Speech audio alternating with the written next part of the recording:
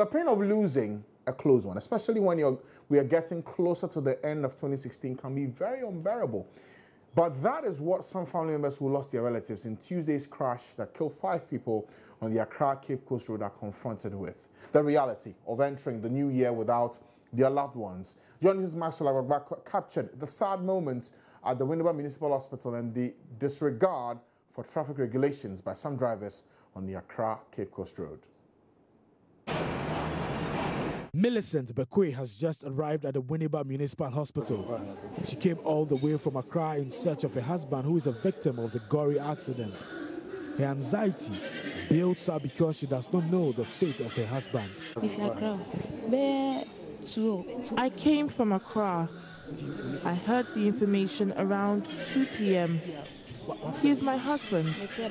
I called his phone, but his phone was off. I don't know whether he's still alive. I'm now going to find out. But I serve a living God, and I know he will be saved. It's unclear whether or not Millicent found her better half. But she's not the only one in search of a loved one. This man in his late 20s cannot control his emotions. After frantic calls to his friend Rosemond Opoku, the Winneba police answered and gave him information about her death. I am from Circle. We spoke several times this morning. I called her again. She did not answer. The police answered later and told me she has been involved in an accident. I was informed she was brought to this hospital. She is dead. I was a hospital had me by. I'm a hono. You need to be able to sense. To see how you paid it. Why in Yamade? Accident no ye ba ye ni atra apam junction ye ba. Ye trawa ye ba ye traw kakra ye ba. We were some few meters away from the Palm Junction. The front tire burst. The driver lost control of the vehicle. It somersaulted for about 3 times. We're all screaming in the car. When I regained consciousness, my leg was trapped under the car. Some people died on the spot. There was another gentleman who was close to my bed. He just died. And I will say, Cecilia will be down. We are about 100 meters away from the accident scene here on the Accra-Winneba Road. This signage here reminds motorists of how 32 people died on the same stretch of road. But it looks like this signage is not deterrent enough, as some motorists overtake each other with impunity. At the time of our visit, 5 people had died out of the ghastly accident, with several others injured. Back at the scene of the accident, the Sprinter vehicle had been towed away. There were still debris of car parts at the scene. Some gloves that were used in carrying some of the victims were still there. There were biscuits and other items strewn all over the road at a spot not too far from the Winneba roundabout. But there is a worrying trend on this stretch, the wanton disregard for road signs. On the Accra-Cape Coast Road, there are numerous signs warning motorists of deadly accident spots. But what we observe is many drivers ignore them as they dangerously overtake each other. This faulty gas tanker had been left on the side of the road without a reflective triangle sign. This other faulty taxi, also very close to it, had its warning sign on top of it, contrary to the 45-meter space required to inform approaching vehicles. With the Accra-Cape Coast stretch poorly lit and visibility reduced by the fog created by the Harmattan, the danger of running into these faulty vehicles is not remote. Maxwell brought us that report of what happened yesterday and the updates. Well, there's more we can't talk about today. We are joined online by DSP Charles Obri. He's with the Motor Traffic and Transport Department of the Ghana Police Service in Winneba. He's joining us on the line now. Thank you, sir, for your time this afternoon. We know you're still continuing with your investigations, but what have you uncovered so far as the cause of this motor accident? Right. At the moment, I can say that looking at the incident that happened yesterday, I think the vehicle was overspeeding. It was overspeeding. That might be the cause, because the rear near side tire got bent, and as a result, the driver lost control and veered off the road and somersaulted several times before it landed at its roof at the bush. So I suspect that it might be over speeding. Okay. And for this accident, do you know what the death toll is now? Has there been any updates? Have many more died as a result? Yes, this afternoon, I went to the trauma hospital where we discovered that one person died. And then at the Winneba Municipal Hospital, one person which was brought dead, he died on the spot, but additional 3 has also died in addition, making 5 people at the moment at the 1 at the trauma hospital in Winneba and 4 at the municipal hospital, also in Winneba. Okay. Now, how many have been sent to the hospital who are getting medical attention as we speak? Yes, in all, there are 32 passengers on board the vehicle, and about 15 were sent to the municipal hospital, while the remaining were also sent to the trauma specialist hospital, both in Winneba. Okay. Now, one of the things that we realized in the reports we did from the area is the issue of overtaking on the main Accra-Winneba highway. Is this something that your office is trying to deal with and maybe doing spot checks at these locations and getting people who are clearly disregarding the traffic regulations? Yes, I think yesterday the National Road Safety in Central Region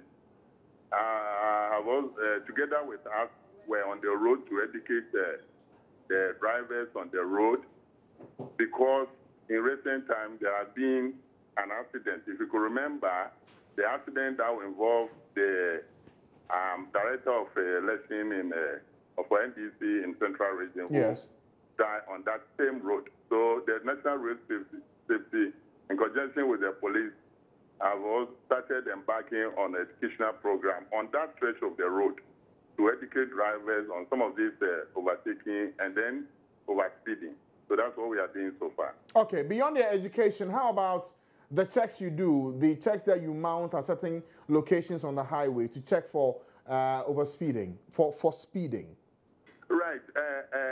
On that case, we've been given directive from our national headquarters not to embark on this activity for the meantime. The road check and other things has been suspended by our administration. But this one is being organized by the National Road Safety, and we go with them to embark on this education until such that we receive further directives from our headquarters. Okay. Now, what was the reasoning for the earlier directive not to have these checks done on the highway?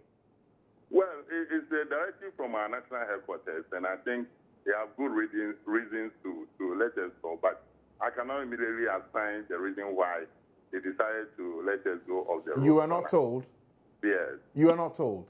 No, we're told that we should suspend that one for the meantime because of the yellow tide to check on the traffic situation rather than checking of papers and over that. But we're still doing the overloading and other offenses. Okay, in view of this accident and the people who are dying and the concerns being raised, is this something that you want to take up with your national officers to deal with? Maybe bring it back, just to ensure that people do not die, with all the haze we're seeing from the Harmattan as well? Well, the road safety has taken it up with our authorities, and I think they will better give the picture to our authorities, while we also send our CTREP and the accident situation to them at the national headquarters, so that they can see or review what they have already told us. Okay. Now, for the accident, we know 2 vehicles collided. Were all the drivers, did any of the drivers survive? No, it is just a single vehicle.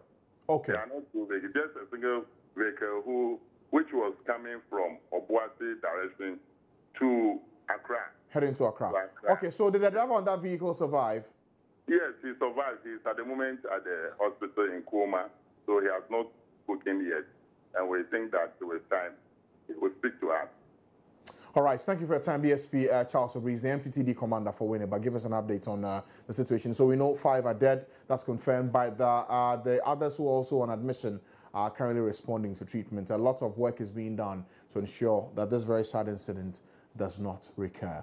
Now, speaking of the haze and its attending problems for transport, several domestic airline travelers are stranded at the Kotoka International Airport following the cancellation of their flights due to the very poor weather conditions. Jennifer Kremo has been to the airport and has come through with this report.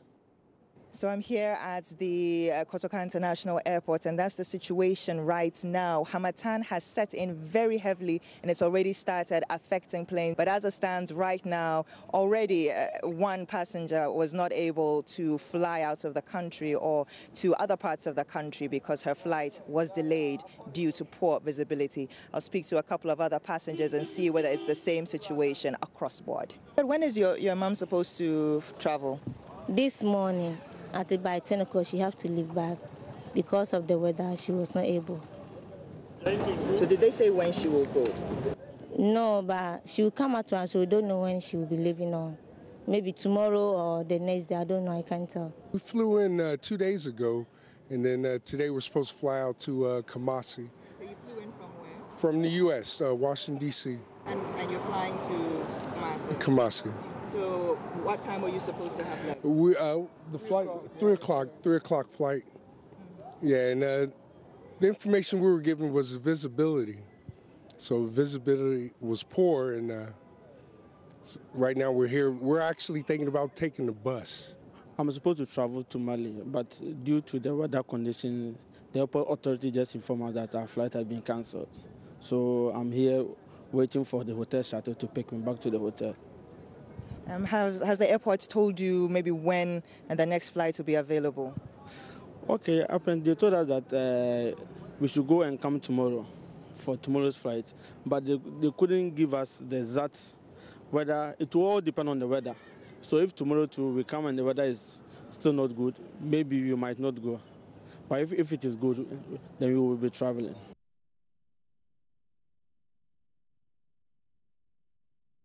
That's Jennifer Kremo with that report for the weather situation, how it's affecting flights here in Accra. But we know that up north, that's where the Harmattan is really, really felt. Rafiq Salam has more in this report.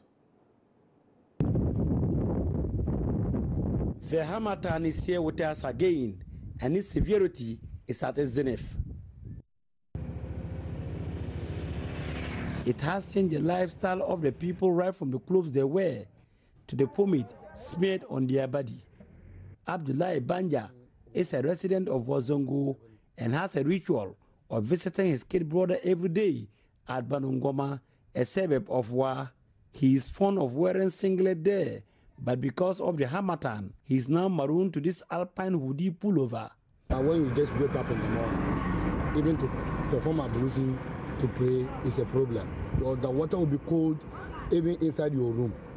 You have to use cloth to cover yourself before you can sleep. So now you have dressed this way. Yeah. Is it a cure for it? Yeah, it is a cure. Because I just dress like this and cover my ears for me to just protect myself. Stay pomade. Wallahi.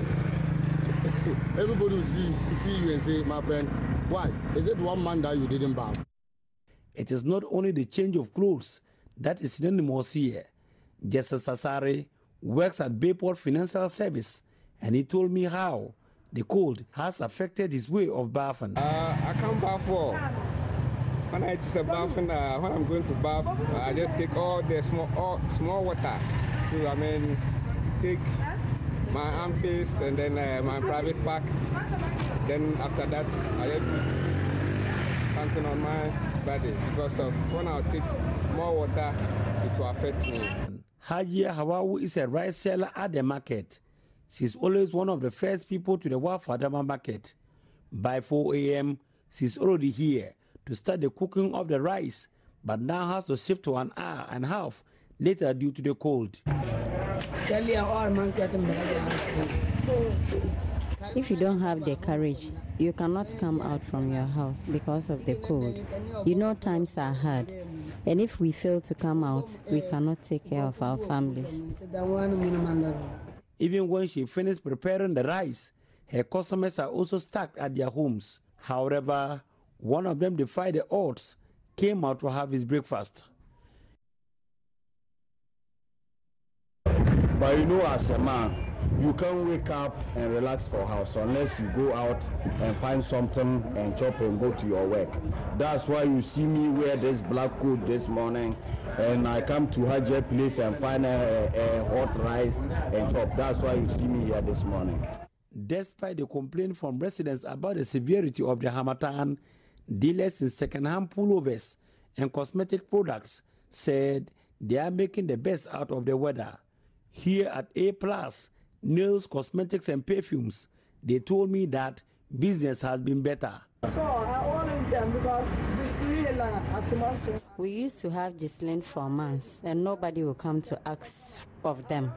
But now people are patronizing them because it prevents one's legs from cracking.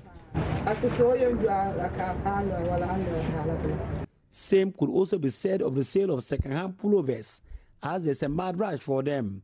Reporting for Joy News, Rafiq Salam.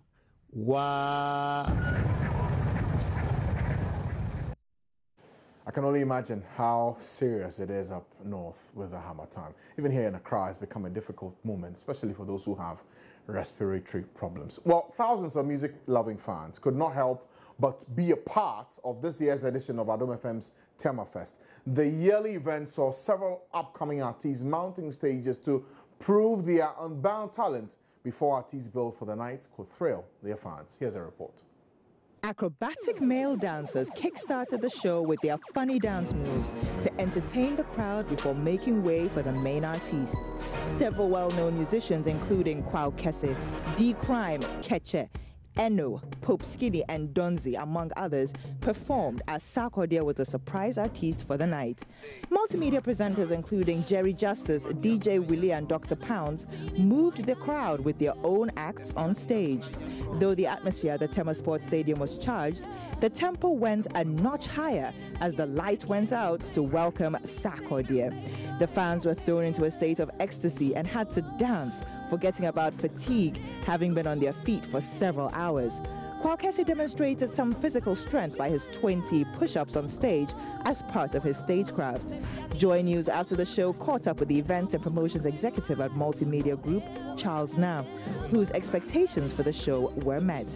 According to him, sponsors, artists and vendors who came on board for the show can't wait to experience Tema Fest 2017.